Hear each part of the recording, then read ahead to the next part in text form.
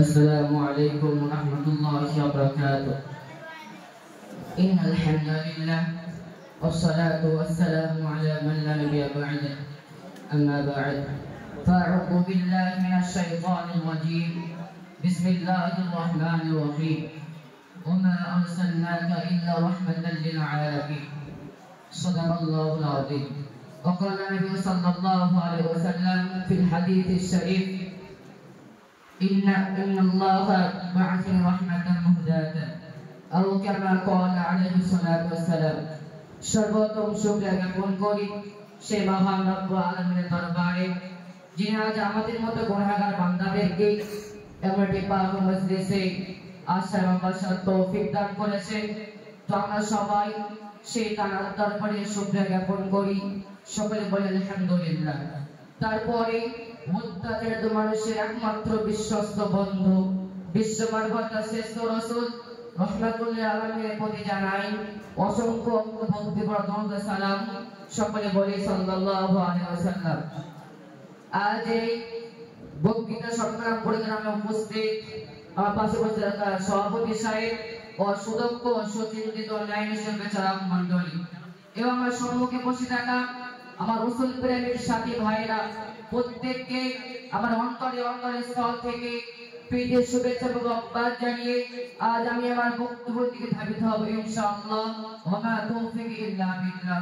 বন্ধুগণ, আজ আমি যে তথ্য নিয়ে আপনাদের সামনে দণ্ডায়মান হয়েছি তা সকলেরই জানা। সেটা হলো বিশ্বনবী সাল্লাল্লাহু আলাইহি ওয়াসাল্লাম শান্তির দূত। সিরাত শব্দটির আরবি শান্তির দূত। এ সম্পর্কে বলতে গেলে সর্বদা আমাকে বলতে হয় যে আল্লাহ রাব্বুল আলামিন ইহকাল ও পরকাল উভয় জাহানে বিশ্বনবী সাল্লাল্লাহু আলাইহি ওয়াসাল্লামকে রহমত ও অনুকম্পার ভাণ্ডার হিসেবে প্রেরিত করেছিলেন। এবং এক প্রসঙ্গে আল্লাহ রাব্বুল আলামিন পবিত্র কোরআনের মধ্যে বলেন, ওয়া মা আরসালনাকা ইল্লা রাহমাতাল লিল আলামিন, অর্থাৎ আমি তো আপনাকে সৃষ্টিকুলের জন্য রহমত রূপেই প্রেরণ করেছি। এছাড়াও বিশ্বনবী সাল্লাল্লাহু আলাইহি ওয়াসাল্লাম করেন, ইন্নাল্লাহা বা'আসানি রাহমাতান মুহদাতান, অর্থাৎ আল্লাহ রাব্বুল আলামিন আমাকে রহমত হিসেবে প্রেরণ করেছেন। বন্ধুগণ, এই কোরআন ও হাদিস দ্বারা আমরা স্পষ্ট বুঝতে পারলাম যে বিশ্বনবী সাল্লাল্লাহু আলাইহি ওয়াসাল্লাম সমস্ত সৃষ্টিকুলের জন্য রহমত ও অনুকম্পার ভাণ্ডার হিসেবে প্রেরিত হয়েছিলেন। সুতরাং বিশ্বনবী সাল্লাল্লাহু আলাইহি ওয়াসাল্লামের প্রত্যেকটি কাজ আমাদের জন্য রহমত। এমনকি বিশ্বনবী সাল্লাল্লাহু আলাইহি ওয়াসাল্লামের ভুলটাও একটা রহমত। কারণ একদা বিশ্বনবী সাল্লাল্লাহু আলাইহি ওয়াসাল্লাম জোহর ও আসরের 4 রাকাত নামাজের নিয়ত করলেন, কিন্তু বিশ্বনবী সাল্লাল্লাহু আলাইহি ওয়াসাল্লাম 2 রাকাত নামাজ আদায় করার পর সালাম ফিরিয়ে দিলেন। তখন সাহাবায়ে কেরামগণ আদবের সাথে জিজ্ঞাসা করিলেন, ইয়া রাসূলুল্লাহ, হাবিবাল্লাহ, বলুন আজ থেকে কি এই নামাজ 2 রাকাত হয়ে গেল? তখন বিশ্বনবী সাল্লাল্লাহু আলাইহি ওয়াসাল্লাম বললেন, না, নামাজ 4 রাকাতই আছে। তখন সাহাবায়ে কেরাম আবার আরজ করলেন, ইয়া রাসূলুল্লাহ, হাবিবাল্লাহ, বলুন আপনি তো 2 রাকাত নামাজ আদায় করার পর সালাম ফিরিয়ে দিলেন।